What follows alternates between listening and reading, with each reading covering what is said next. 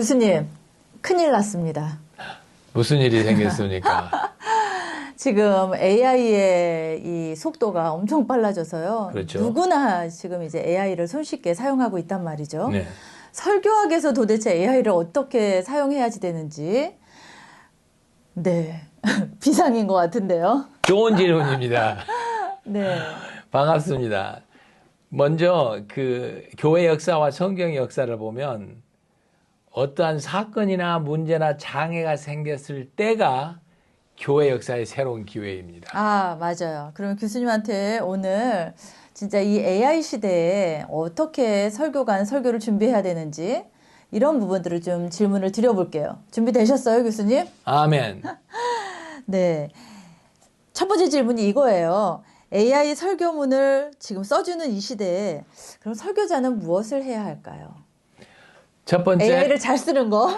네, 그렇죠.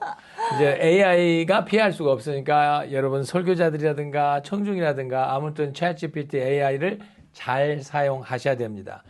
칼 발트가 그 우리 설교자들에게 한 손에는 그 성경을 또 한 손에는 신문이라고 그랬습니다. 그때는 신문이었죠. 그렇죠. 지금은 우리는 성경과 그 AI가 되겠네요. AI가 되고 그 전에는 스마트폰이었어요. 그래서 네. 우리는 AI를 사용해야 돼요. AI 안에 엄청난 자료가 있고 스피드가 있고 특별히 우리 목회자들, 우리 이민자 목회자들은 더욱더 바쁜데 그 안에 많은 효율성이 들어 있습니다. 그걸 잘 사용하셔서 좋은 설교를 만들어내야 됩니다. 네. 그러면 어떻게 잘 사용한다라고 하셨을 때 어떻게 사용을 해야지 할까요? 왜냐하면 사실 AI가 설교문을 주제만 넣고 또 좋은 프롬프트만 넣으면 아주 멋있는 설교 한 편을 만들어준단 말이에요, 교수님. 그거를 정말 잘 읽기만 해도 너무 은혜 받을 수 있는 설교 한 편이 되는데 과연 이럴 때 설교자에게 AI의 사용에 대한 가장 핵심적인 그 역할이라든가 또는 주의해야 되는 것, 경계해야 되는 것 이런 것들이 있을 것 같아요. 계속해서 말씀을 주시겠어요? 좋은 질문입니다. 여러분 존 캘빈이 우리 그 기독교 리포머 그러니까 개신교의 여러 많은 것들을 집대성했습니다. 그때 루터와 또 주인글리 많은 부처 많이 있었었는데요. 설교에 대해서 이야기할 때 두 가지를 캘빈이 늘 강조했고 이 AI 시대와 비슷할 겁니다. 왜냐하면 역사라는 계속 반복하니까요.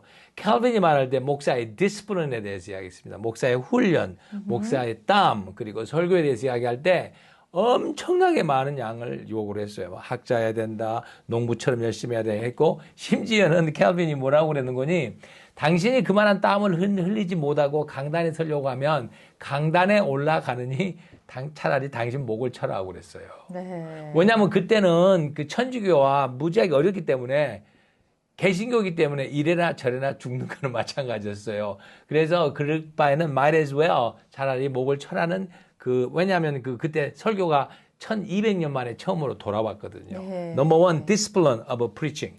설교자는 그 많은 노력이 필요하고 거기에 대해서 우리 AI가 큰 도움이 될 겁니다. 목회자들 얼마나 바쁩니까? 근데 그 노력을 하면 짧은 시간에 했습니다. 그러나 두 번째, 그 성경이 가리키는 말씀과 그리고 캘빈이 강조하는 것은 당신이 아무리 설교 준비를 해도 능력을 나타내는 분은 성령이시다라고 그랬어요. 그렇죠. 설교의 능력은 성령을 통해서 나타납니다. 그러면 여기서 성령의 능력을 통해서 나타나는 그 능력은 설교자의 영성입니다. 설교의 땀 중에 영성이 들을 수가 있겠죠.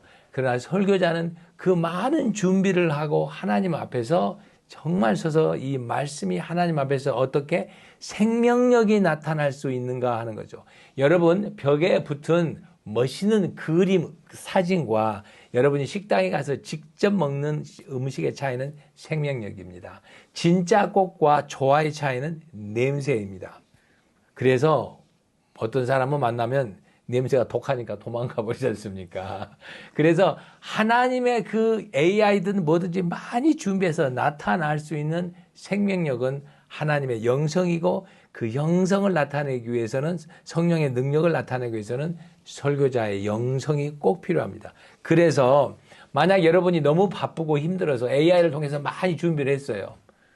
그렇다고 해서 영성이 나타나는 거 아닙니다. 그 똑같은 것이 사실 AI를 사용하지 않더라도 오늘도 똑같을 수 있어요.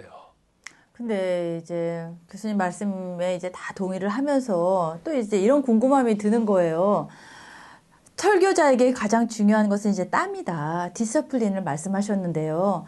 AI를 통해서 열심히 준비하고 열심히 공부하고 AI 자료를 통해서 그걸 다 습득하면서 그걸 자기 것으로 충분히 이렇게 소화해서 하는 설교는 영성이 없다라고 할 수는 없잖아요. 어차피 영성은 하나님과 씨름하고 그 정보와 씨름하고 결국은 그것이 자기 거화되는 체득화되는 내면화되는 그 과정을 통해서 이것이 이제 열매로 나오는 거잖아요.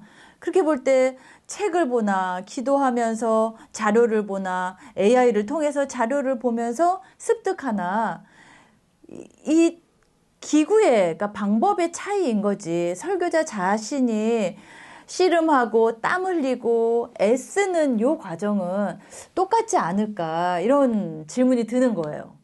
좋은 질문입니다. 최고 좋은 질문이에요. 그러면 거기에 대한 대답을 위해서 조금 우리가 이 주제에서 벗어나가지고 큰 그림이라고 그러죠. 한번 봐봅시다.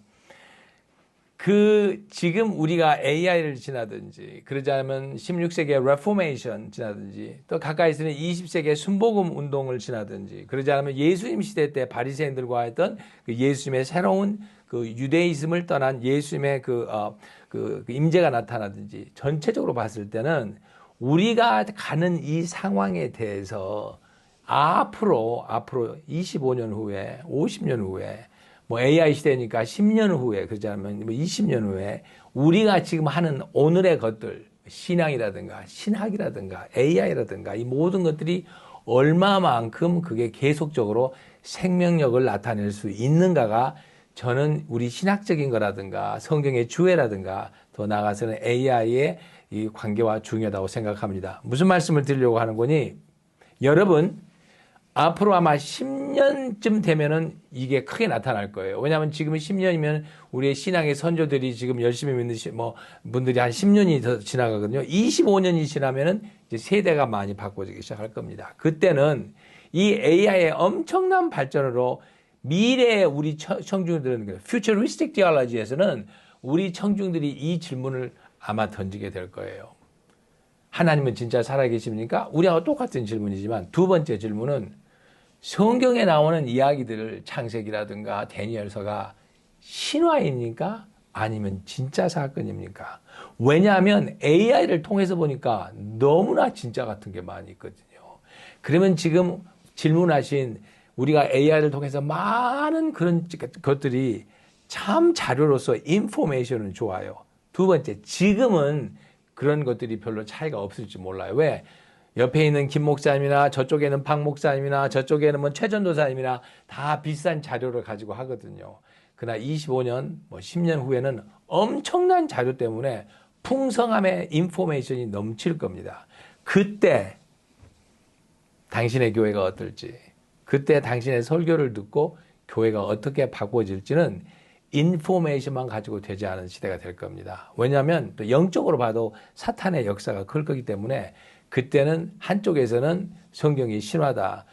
그 목사님이 하는 자료, 나는 반대 자료를 다 가지고 있다. 그러면 그때 나타나는 우리 설교학 주의 가장 큰 도전은 정말 설교가 살아계신 하나님의 말씀을 정말로 나타내고 체험시킬 수 있는 그 주회를 할 것인가, 그 영성을 나타낼 것인가. 아마 거기에 오늘 AI 시대 25년 후에 우리 미래에서 신학이 도전이 될 겁니다. 네, 교수님 사실 지금 주신 말씀이 우리가 다 이해가 되는 것 같지만 굉장히 이게 어려운 말씀이라는 생각이 들어요. 그렇죠? 지금 시대는 계속 AI랑 같이 가고 있는데 이 AI를 잘 사용하면 오히려 더 좋은 설교를 만들 수 있고 더 시간을 효율적으로 사용할 수 있고 그래서 영성생활이나 또 하나님과의 시간을 보내는 것에 더 잘 투자할 수 있을 것 같은데 오히려 이것에 우리가 점점점 매몰되다 보면 진짜 중요한 생명력을 생산해낼 수 있는 바로 그 설교의 부분에 가장 중요한 본질을 희석시킬 수 있다. 이 말씀으로 이제 저는 이해가 되는데요. 왜냐하면 지금 우리가 자료의 그 싸움, 자료를 더 갖기 위해서 목사님들이 고생을 많이 하거든요. 그렇지 않습니까? 그렇죠. 네. 예화라든. 근데 그 자료의 풍성함이 AI 때문에 주어져 버릴 겁니다, 이제. 그러나 반대쪽에 다른 반대의 자료를 또 엄청나게 AI가 주기 시작할 겁니다. 그러면 그때 그 풍성함 속에서 정말 생명력을 나타내는 것은 이제 자료가 아닐 겁니다, 그때는. 네, 그러니까 설교는 말이나 글이 아니라 설교는 사건이다. 이렇게 정리할 수 그렇죠. 있는 거겠네요. 성령의 역사가 나타나는 하나님의 체험과 사건이라는 거죠. 아까 그 말씀하신 것에 좀 도움이 될지 몰라서 제가 한 가지 좀 예화를 드리면, 그러니까 그 16세기에 종교개혁이 되면서 얼마나 혼돈이 있었습니까? 그 중에 하나가 음악이었습니다. 음악이, 그 루터는 우리의 마음을 막 이렇게 해가지고, 루터는 음악가였고, 그 다음에 주잉글리, 여러분이 아시다시피 주잉글리는 음악은 찌빙글리라고 배웠어요. 그래요? 찌빙글리. 주잉글리는 그래가지고 네. 주빙글리가 음악가였어요. 아주 훈련된 음악가였는데 오르간을 그냥 부숴버렸어요. 그래서 그 교인들은 주잉글 어느 주일날 오르가니스트 앞에서 도끼를 가지고 오르간을 완전히 부숴버리고 주잉글리 교회에서는 오르간이 사라졌습니다. 마치 지금 AI가 들어오면서 새로운 것을 출하하는 것처럼 주잉글리도 음악을 교회 예배에서 지웠어요. 재밌는 것은 60년이 지난 다음에 그 교회에 다시 오르간이 들어와요. 우리가 하는 AI의 많은 풍성함이 시간이 가도 아마 하나님의 그 놀라운 역사를 나타내는 데는 한계를 가지게 될 거예요. 우리가 AI를 자료를 사용하기 위해서 많이 한다고 하면 좋을 거예요. 그러나 그 자료 후에 지금 여러분이 노력하고 있는 하나님의 영성을 위해서 더 노력하면 AI의 풍성함이 여러분의 영성에 더욱더 도움이 될 겁니다. 그러니까 교수님 AI를 사용하는 것이지 의지하는 것이 아니다. 이렇게 정리를 해주신 것 같아요. 네, 아주 그렇죠? 좋은 표현입니다. 네. 네. 아까 그 오르간 도끼를 쳤다는 말씀 해주셨잖아요. 네. 그 말씀이 오늘날에 우리가 현대적으로 적용하면 어떤 메시지를 받을 수 있는 건가요? 그러니까 우리가 가지고 있는 어떤 무슨 새로운 기계라든가 방법이라든가 이런 것에 대해서 우리가 너무 의존하지 말고 네. 그걸 우리가 많이 사용해도 설교에 나타난 역사는 하나님의 거룩과 신비의 그 심성이지 그 자료가 아니라는 거죠. 왜?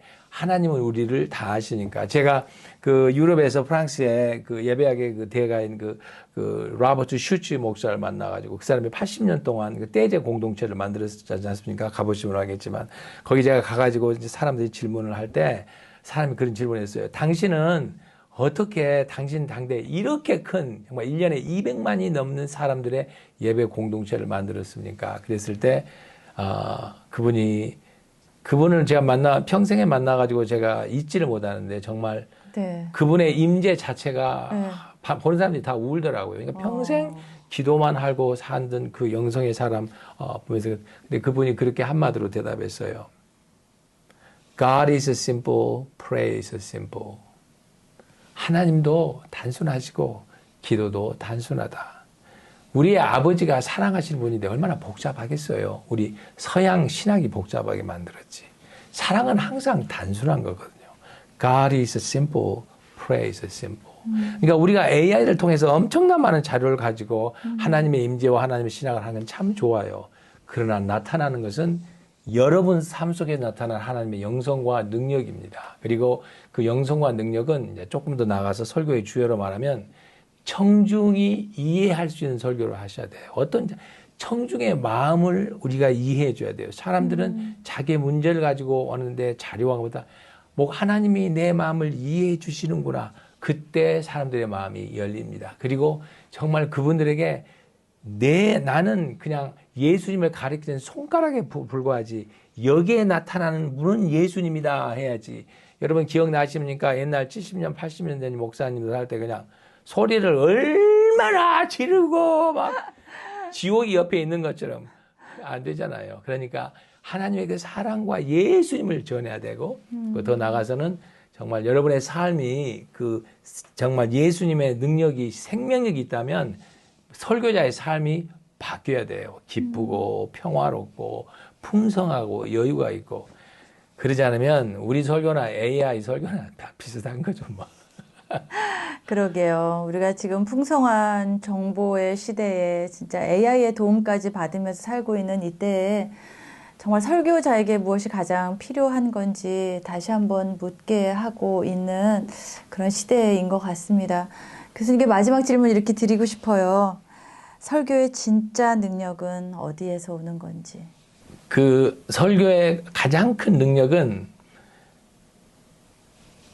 하나님의 거룩한 빛이 설교자라고 하는 반사체 같이 만날 때 그 능력이 나타납니다. 하나님의 능력을 크게 받으면 아무리 반사체가 아니어도 지구 같은 데에서 빛이 납니다. 하물며 여러분이 기도와 영성과 날마다 삶 속에서 살면 그 반사체가 크고 반짝거리면 또 큰 하나님의 빛에 만나면 이 살과 뼈를 가진 인간은 그 앞에서 설 수가 없습니다. 당신이 전하는 말씀이 엄청난 성령의 은사입니다.